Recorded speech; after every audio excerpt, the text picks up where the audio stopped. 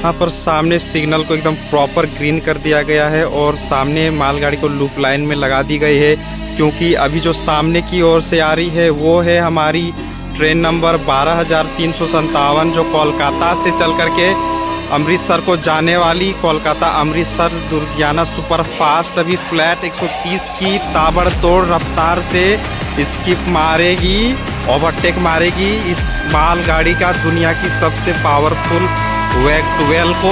और ये देखिए कितना तेज हॉर्न बजाते हुए आ रही है हमारी Kolkata Durgiana express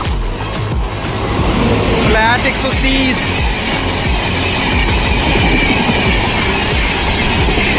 Kolkata Amritsar Durgiana superfast flat 130। ओए होए होए।